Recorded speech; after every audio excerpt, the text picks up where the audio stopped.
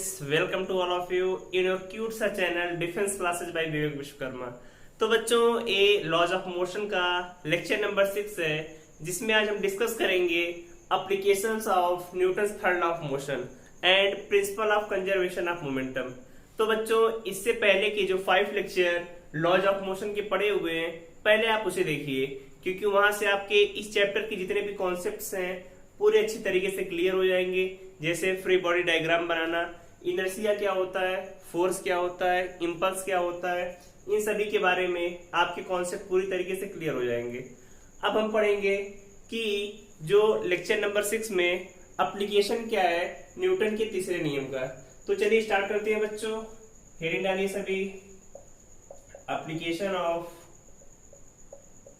Newton's third law of motion, कि Newton के तीसरे नियम का प्रयोग कहां कहां पर होता है, आपको ये जानना है। तो पहले आप सभी ने पढ़ा होगा, जैसे कोई भी लिफ्ट है, लिफ्ट में जब कोई बॉडी ऊपर जाती है तो उसके वेट में क्या चेंजेस आते हैं। जब कोई बॉडी लिफ्ट में नीचे आती है कांस्टेंट वेलोसिटी से, या और कोई कंडीशन होती है, लिफ्ट की जो स्ट्रिंग है टूट जाए, तब उस कंडीशन में लिफ्ट में वेट कितना होगा, इसके बारे में पढ़ते हैं। तो इसे बोलते हैं virtual weight, virtual weight in the lift, जिसे हिंदी में बोलते हैं लिफ्ट में आभासी भार। इसी तरीके से आप पढ़ते हैं कि जैसे कोई स्ट्रिंग है, कोई बंदर उसमें ऊपर की तरफ जा रहा है, नीचे की तरफ आ रहा है, तो स्ट्रिंग में कितना टेंशन होगा। दोनों के बच्चों जो फार्मूले हैं और कंडीशन सभी सेम होती है, तो एक के लिए हम आपको बता रहे हैं, दूसरे के लिए सेम फार्मूले अप्लाई होंगे। तो चलिए हम पहले पढ़ते हैं लिफ्ट में वर्चुअल वेट कितना होता है। तो पहले से समझने के लिए इसकी जो पहली कंडीशन आती है कि जब लिफ्ट एक समान वेग से ऊपर की तरफ जा रही है,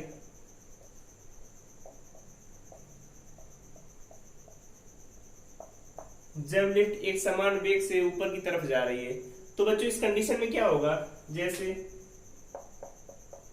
ये कोई स्ट्रिंग है, स्ट्रिंग में ये लिफ्ट है, मास m है, तो नीचे mg काम करेगा, और इसके अपोजिट डायरेक्शन में बताया था हमेशा नॉर्मल रिएक्शन काम करेगी। और फिर जब इसकी वेलोसिटी कांस्टेंट है तो एक्सेलरेशन कितना हो जाएगा, 0 हो जाएगा। ये सपोज कि हमने कंडीशन ऊपर की तरफ जा रही है, तो एक्सेलरेशन 0 है, मतलब कोई एक्सटर्नल फोर्स तो काम करेगा नहीं, मतलब जितना रिएक्शन फोर्स लग रहा है वो किसे बैलेंस करेगा, इसके वेट को। तो reaction force R equal to कितना हो जाएगा, mg हो जाएगा। तो एक कंडीशन आती है, पहली कंडीशन, कि जब लिफ्ट एक कांस्टेंट वेलोसिटी से ऊपर की तरफ जा रही है, तब जो नॉर्मल रिएक्शन होगा वो ओनली किसके इक्वल होगा, वेट के बराबर होगा। अब फिर सेकंड कंडीशन में हम जानेंगे कि जब यही लिफ्ट एक समान वेलोसिटी से नहीं, वहां पर क्या होगा, कोई एक एक्सेलरेशन होगा, उस त्वरण से नीचे की तरफ आ रही है, फिर उसी त्वरण से ऊपर की तरफ जा रही है, तो उस कंडीशन में मान कितना आएगा। तो पहले आप सभी से नोट कर लीजिए, फिर आते हैं सेकंड कंडीशन पे।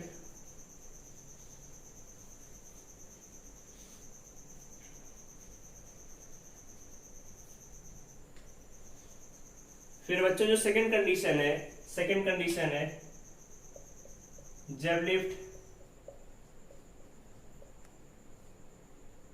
त्वरण A से नीचे की तरफ आ रही है, नीचे की तरफ आ रही है, अब क्या होगा, कोई लिफ्ट है वो नीचे की तरफ जा रही है,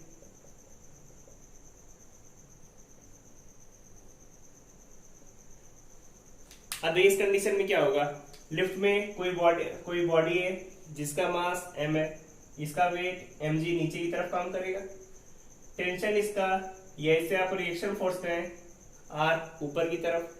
अब त्वरण A से नीचे की तरफ आ रही है, यही होगा।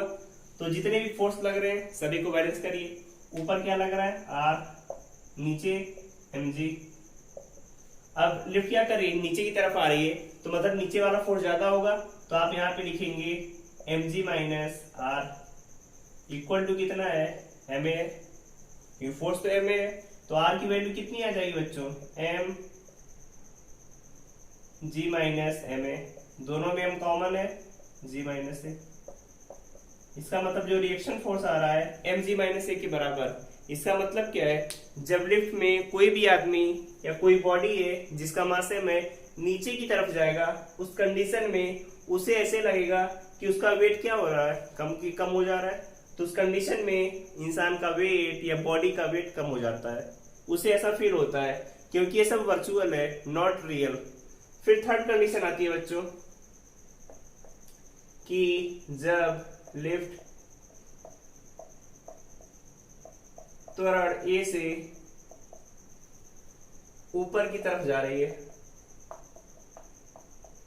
ऊपर की तरफ जा रही है, अब क्या होगा, जो लिफ्ट है आपकी अपवर्ड डायरेक्शन ऊपर की तरफ जा रही है, फिर क्या करेंगे बच्चों, मास m, तो पहले mg ऊपर रिएक्शन r, अब क्या हो रही है, लिफ्ट ऊपर की तरफ जा रही है ये एक्सेलरेशन से, तो फिर क्या होगा, ऊपर की तरफ जा रही है, मतलब जो आपका रिएक्शन फोर्स है इसकी वैल्यू ज्यादा होगी, तो बैलेंस करेंगे कितना आएगा, r minus M G equal to M ए।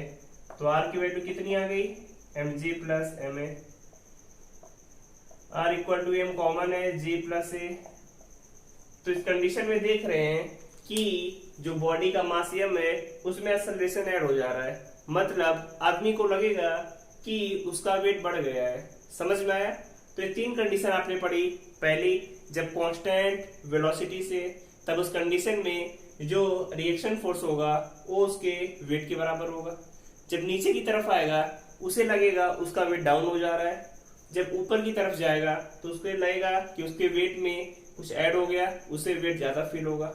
फिर आते हैं फोर्थ कंडीशन पे, अगर कभी जो लिफ्ट की स्ट्रिंग है टूट जाए, fourth condition, when string of lift, when string of lift is broken. इसका मतलब जब लिफ्ट की डोरी टूट जाए,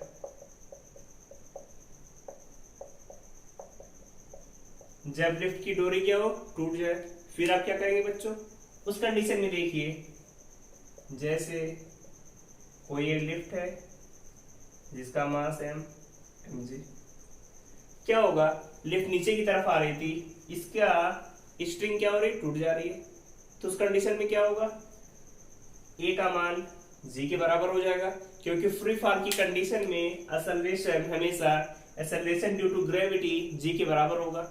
नॉर्मल रिएक्शन ऊपर कितना लगेगा, आर की तरफ। फिर क्या करेंगे, इसमें क्या करेंगे हम यहाँ पर, अब नीचे देख रहे हैं फोर्स कितना लग रहा है, एम जी, तो नीचे हो गया है M G minus R equal to कितना होगा, एम इंटू ए, यही होगा। फिर आर की वैल्यू कितनी आ जाएगी, एम जी माइनस ए, अभी पहले आपने पढ़ा। लेकिन इस कंडीशन में जब स्ट्रिंग आपकी टूट जाएगी तो फिर क्या होगा, ए का मान जी के बराबर, तो यहाँ पर ए और जी को बराबर कर देंगे, एम जी माइनस जी, जी में से जी जाएगा जीरो, जीरो का किसी में मल्टीप्लाई जीरो। तो इस कंडीशन में जो रिएक्शन फोर्स होता है उसकी वैल्यू कितनी हो जाएगी, जीरो हो जाएगी, मतलब आपको आपका जो वेट है जीरो फील होगा। इसी को कहते हैं फ्री फॉल कंडीशन। तो लिफ्ट में चार कंडीशन थी जिसके बारे में आपको स्टडी करना था। पहला था कांस्टेंट वेलोसिटी से, तो उसमें कोई चेंजेस नहीं आते। दूसरा, जब ए एक्सेलरेशन से नीचे की तरफ जाते हैं उस कंडीशन में वेट कम हो जाता है। थर्ड कंडीशन, जब ए एक्सेलरेशन से ऊपर की तरफ जाएंगे तब वेट आपको ज्यादा लगेगा, और जब कभी स्ट्रिंग टूट जाए तो उस कंडीशन में वेट आपको जीरो फील होगा। तो बच्चों चार कंडीशन थी स्ट्रिंग के बारे में, या लिफ्ट के जो क्वेश्चन आते हैं virtual weight in lift. Same यही कंडीशन आती है बंदरों के लिए, जब कोई बंदर, जिसे आप मंकी लॉ भी कहते हैं, बंदर ऊपर की तरफ जाएगा तो उसके लिए सेम कंडीशन, स्ट्रिंग टूट जाए तो आर इक्वल टू जीरो, जब बंदा नीचे आएगा तो उस कंडीशन में r equal to M G minus A, और जब कांस्टेंट एक्सेलरेशन से होगा तो उसका होगा r equal to M G. तो ये चार कंडीशन थी जो कि न्यूटन्स के तीसरे लॉ के एप्लीकेशन में आता है। अब इसके आगे हम आपको बताएंगे कि संघीय संरक्षण का नियम क्या होता है, principle of conservation of momentum, जो कि बहुत इंपॉर्टेंट है। फिर उसके बाद प्रीवियस ईयर के क्वेश्चन डिस्कस करेंगे कि कैसे क्वेश्चन बुक में दिए हुए हैं, कैसे आपको एग्जाम में सॉल्व करना है। तो हेडिंग डाली सभी principle of conservation of momentum. Heading है बच्चों principle of conservation of momentum.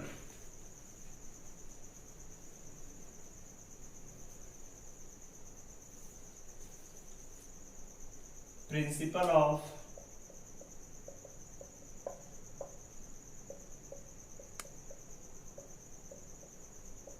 Conservation of momentum.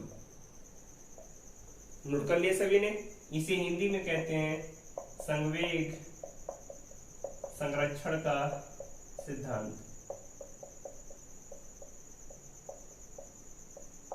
संवेग संरक्षण का सिद्धांत।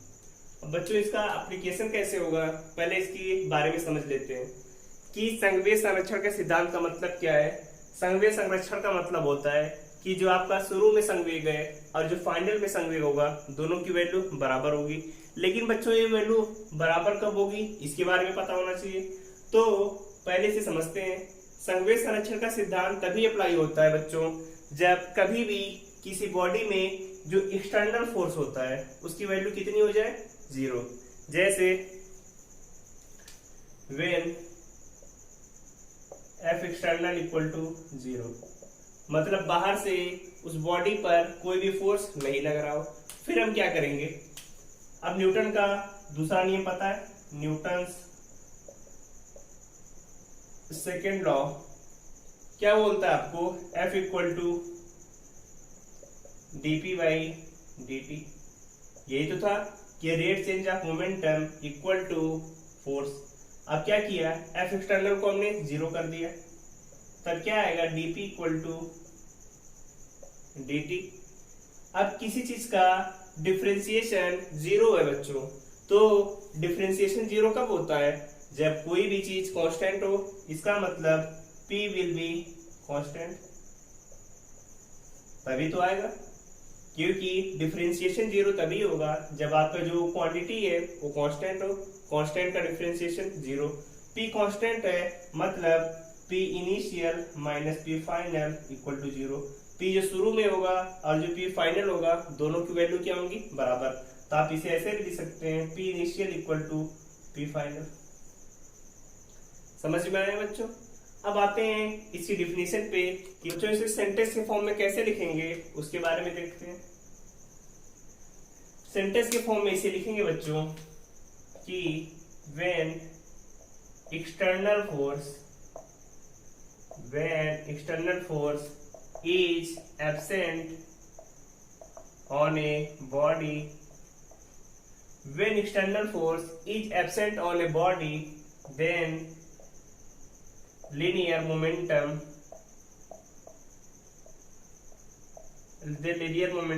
of a body is conserved।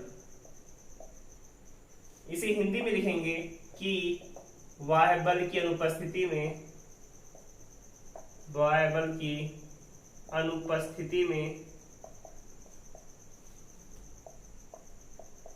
किसी पिंड का रेखीय संवेग संरक्षित होता है। समझ में आया बच्चों। इसे क्या बोलेंगे कि बाह्य बल की अनुपस्थिति में किसी पिंड का रेखीय संवेग संरक्षित होता है।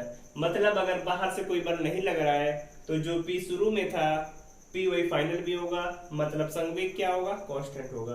तो कोई प्रॉब्लम इसमें बच्चों आ गया समझ में। अब इसके बारे में कुछ इंपॉर्टेंट पॉइंट जानते हैं कि क्या इंपॉर्टेंट पॉइंट है। जैसे आपसे कोई पूछे कि जो principle of conservation of momentum है या संवेग संरक्षण का सिद्धांत है, एक किस नियम पर बेस्ड है, न्यूटन की किस नियम पर बेस्ड है, न्यूटन के पहले नियम पे, दूसरे नियम पे या तीसरे नियम पे। तो आपको पता होना चाहिए। आप सभी यहाँ पर देख रहे हैं कि न्यूटन का दूसरा नियम लिखा हुआ है, लेकिन हमने न्यूटन की दूसरे नियम की हेल्प से कंजर्वेशन ऑफ मोमेंटम को प्रूफ किया है। लेकिन कभी पूछा जाए कि कंजर्वेशन ऑफ मोमेंटम न्यूटन की किस नियम पर बेस्ड है, तो याद रखिएगा conservation of momentum is based on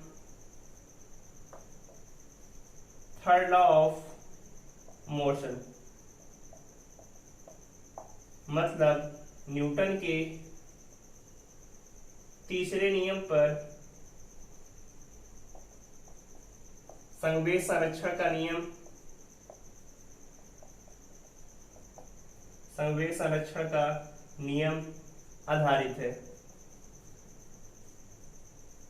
समझ में आया कि जो कंजर्वेशन ऑफ मोमेंटम है ये न्यूटन के तीसरे नियम पर बेस्ड है। समझ में आ गया बच्चों। अब बात करेंगे कि संवेग संरक्षण का जो सिद्धांत है कहाँ कहाँ पर हम अप्लाई करते हैं, तो इसके एप्लीकेशन के बारे में देख लेते हैं बच्चों। जो इसका एप्लीकेशन होता है कि यहाँ कहाँ पर होगा,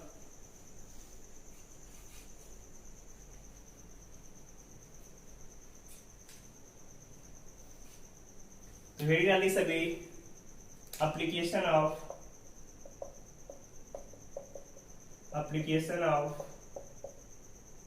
कंजर्वेशन ऑफ मोमेंटम कि P initial equal to P final का फार्मूला आप कहां पर लगाएंगे। तो आप सभी ने इस टाइप के क्वेश्चन देखे होंगे, जैसे कहीं पर कोई बम विस्फोट होता है, कोई भी एक बम है जिसका मास कैपिटल M है, एक विस्फोट होगा तो दो पार्ट में M1 और M2 में ब्रेक होगा। M1 की कुछ वेलोसिटी होगी, M2 की कुछ वेलोसिटी होगी। तो इस जगह पे इस कंडीशन में हमेशा कंजर्वेशन ऑफ मोमेंटम यूज होगा। मतलब जो शुरू में संवेग था बाद में इन दोनों के संवेग के बराबर होगा। तो इसका पहला एप्लीकेशन होता है बम के विस्फोट में। कि कभी इस टाइप के क्वेश्चन आ जाए कि कहीं पर बम का विस्फोट हो रहा है तो वहां पर आपको कंजर्वेशन ऑफ मोमेंटम ही लगाना है। मतलब P initial equal to P final, शुरू में जो संवेग था बाद में संवेग वही होगा, इसके बराबर होगा। दूसरा, बंदूक से गोली चलने पर, कहीं पर क्वेश्चन आए जहां पर बंदूक से गोली निकल रही है तो हमेशा वहीं पर भी सेम कॉन्सेप्ट अप्लाई करेंगे, P initial equal to P final. मतलब जो शुरू में संवेग है वही बाद में होगा, दोनों की वैल्यू क्या होंगी, सेम होंगी। थर्ड आता है बच्चों, थर्ड क्वेश्चन जो इस पर पूछा जाता है कि पिंड के टकराने पर, जैसे दो पिंड है, एक का मास M1 है वेलोसिटी v1 से, एक का मास M2 है v2 वेलोसिटी से, दोनों आएंगे टकराएंगे, टकराने के बाद फिर अलग अलग चले जाएंगे।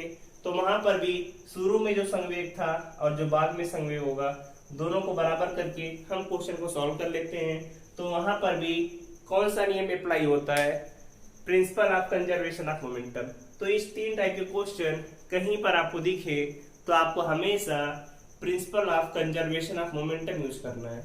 तो बच्चों अब जाके आपका जो चैप्टर लॉज ऑफ मोशन था इसके सभी कॉन्सेप्ट क्लियर हो गए, सभी कॉन्सेप्ट हमने आपको बता दिए।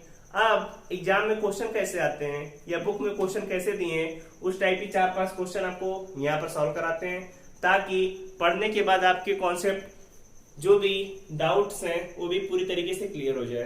तो चलिए बच्चों शुरू करते हैं क्वेश्चंस। तो चलिए बच्चों यहाँ पर दो क्वेश्चन लिखे हुए हैं जो कि प्रीवियस ईयर्स के क्वेश्चन है। अब आपको इसमें पूछा गया है पहले वाले क्वेश्चन में कि कोई एक सरफेस है जिस पर दो मास m1 m2 रखे हुए हैं, m1 की वैल्यू 5 kg, m2 की वैल्यू 10 kg और m2 पर एक फोर्स लग रहा है 80 न्यूटन का। अब आपसे पूछा गया कि इस स्ट्रिंग में टेंशन का मान कितना होगा। तो आप सभी को इस स्ट्रिंग में टेंशन निकालना है।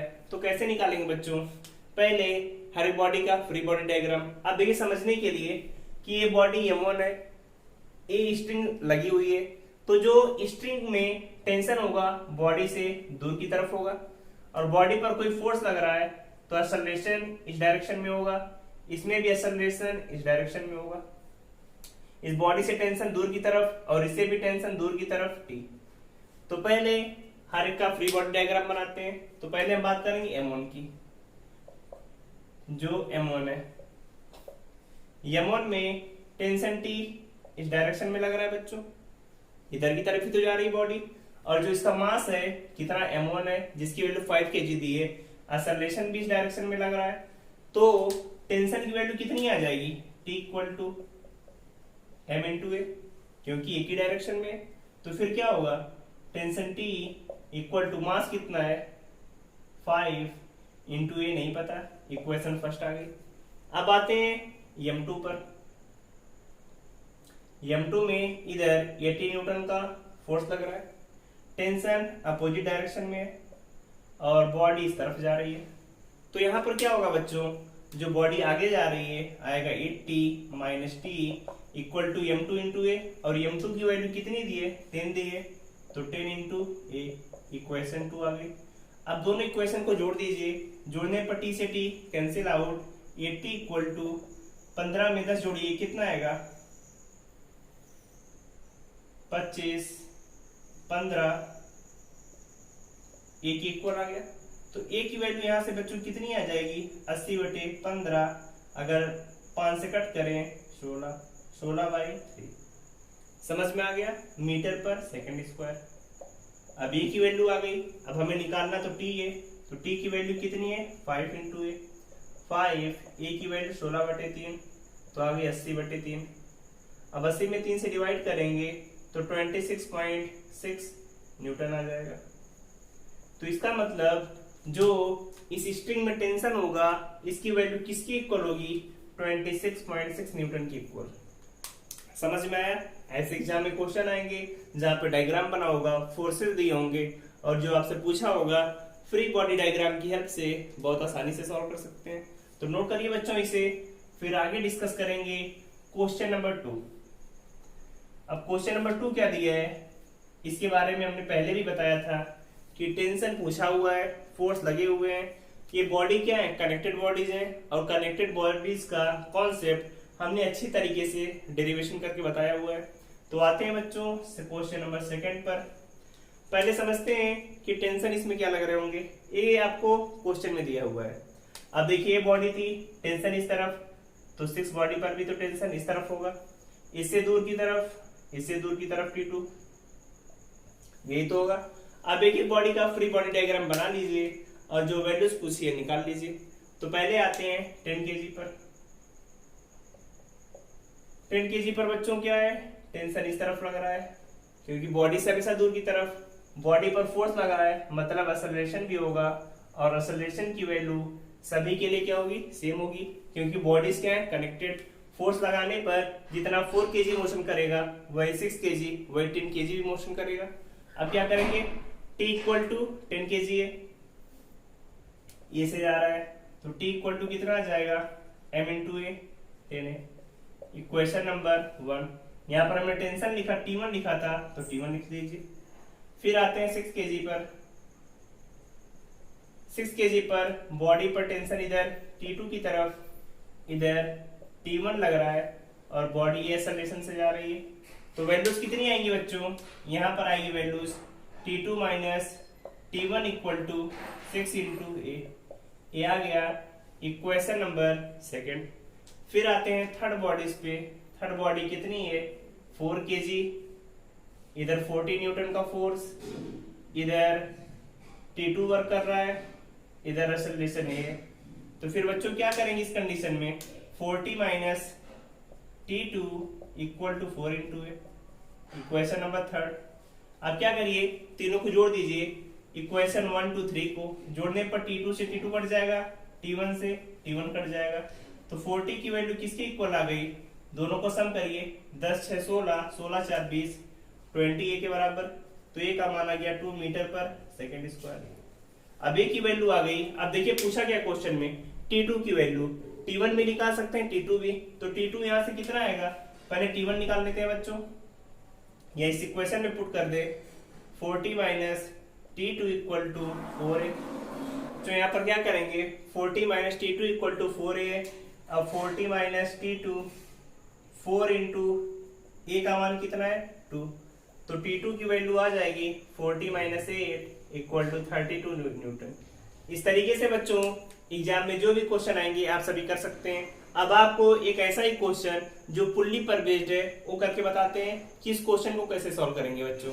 तो पहले इन दोनों क्वेश्चन को नोट करिए, फिर आते हैं थर्ड क्वेश्चन पे। ये बच्चों ये क्वेश्चन नंबर 3 है, इसमें पुल्ली दी हुई है, पुल्ली से 2 मास अटैच्ड है, एक M1 एक M2 है, और जो M1 पर 40 न्यूटन का फोर्स लग रहा है इस तरफ। तो पूछा है कि जब हम 40 न्यूटन का फोर्स लगाएंगे तो बॉडी में एक्सेलरेशन कितना होगा, मतलब बॉडी किस एक्सेलरेशन से ऊपर की तरफ जाएगी। तो पहला काम क्या होगा, टेंशन दिखाना। तो बच्चों टेंशन कैसे दिखाएंगे स्ट्रिंग में, इससे बॉडी से दूर की तरफ T, इससे भी दूर की तरफ T, क्योंकि स्ट्रिंग सेम है तो टेंशन सेम होगा। मास M2 है तो नीचे की तरफ M2G, इधर M1 है तो टेंशन लग रहा है। अब क्या करेंगे हम कि हर एक बॉडी का फ्री बॉडी डायग्राम, पहले आते हैं M2 पर, M2 पे M2G नीचे की तरफ, ऊपर लगेगा टेंशन। सही है बच्चों, बॉडी किस तरफ जा रही है, ऊपर की तरफ एक्सेलरेशन से, तो मतलब T की वैल्यू ज्यादा है, T minus M2G equal to M2 into A, यही आएगा। T माइनस M1 M2 की वैल्यू 8 दी है, 8G equal to 8 into A, equation number 1 बन गया। फिर आएंगे इस बॉडी पर जिसका मास कितना है M1 है, इधर 40 न्यूटन का लग रहा है, इधर टेंशन T लग रहा है, और बॉडी तो इसी तरफ जाएगी जिस तरफ फोर्स लगा है। तो यहाँ पर वैल्यू कितनी आएगी, 40 minus T equal to M1 into A. M1 की वैल्यू किसके इक्वल, 8 की इक्वल है, तो 40 minus T equal to 8 into A. इसे बच्चों नोट कर लिया। अब क्या करेंगे, इक्वेशन नंबर 2 आ गई। अब इन दोनों इक्वेशन को जोड़ दीजिए, जोड़ने पर क्या आएगा बच्चों, T से T कट जाएगा, 40 minus 8G equal to 8A में 8A को जोड़ेंगे 16 है, तो A की वैल्यू आ गई 40 माइनस 8G बटे 16। अब G की वैल्यू सभी को पता है 10 होती है, तो 8 दाम 80, 80 में 40 माइनस होगा तो 40 बाई 16 आएगा। इसे सॉल्व करेंगे तो वैल्यू आएगी 2.5 मीटर पर सेकेंड स्क्वायर, मतलब जो बॉडी का एक्सेलरेशन होगा 2.5 मीटर पर सेकेंड के स्पीड से बॉडी आगे की तरफ जाएगी। तो बच्चों इस टाइप के क्वेश्चन आप बहुत आसानी से एग्जाम में कर सकते हैं। अब आपको लॉज ऑफ मोशन का कोई भी क्वेश्चन आ जाए पूरे फिजिक्स में आसानी से आप एग्जाम में कर लेंगे। तो बच्चों अब आपको आगे नेक्स्ट लेक्चर में डिस्कस करेंगे नेक्स्ट टॉपिक जो कि आपका फ्रिक्शन, ताकि आप फ्रिक्शन के जितने भी क्वेश्चन हैं बहुत आसानी से कर सके। अब आप सभी चैनल को बच्चों ज्यादा से ज्यादा लाइक करिए, शेयर करिए, सब्सक्राइब करिए, ताकि आपकी जो भी फ्रेंड्स ये वीडियो को नहीं देख पा रहे वो पढ़ सके और अपनी तैयारी को अच्छी कर सके। तो बच्चों all the best, thank you and bye bye. मिलते हैं आप सभी से नेक्स्ट लेक्चर में, बाय बाय।